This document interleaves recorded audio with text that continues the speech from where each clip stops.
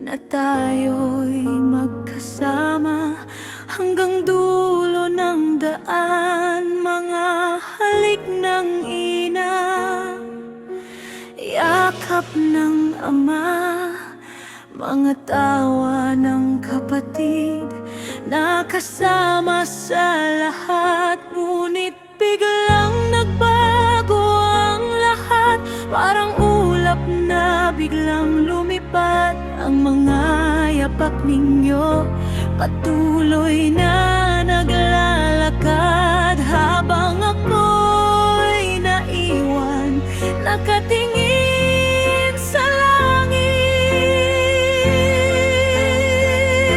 Naiwan ako sa ere, walang hawakan. Ang pamilyang aking minahal biglang nawala na lang. Wala nang tumatawag, wala nang naghihintay.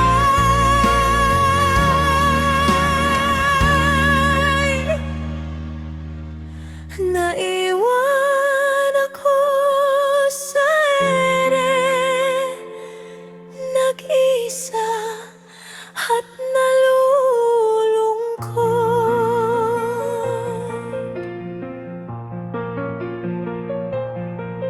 Mga araw na lumipas, aking binabalik tanaw ang mga sandali na tayo'y magkasama pa. Ngunit ngayon, nasaan na kayo?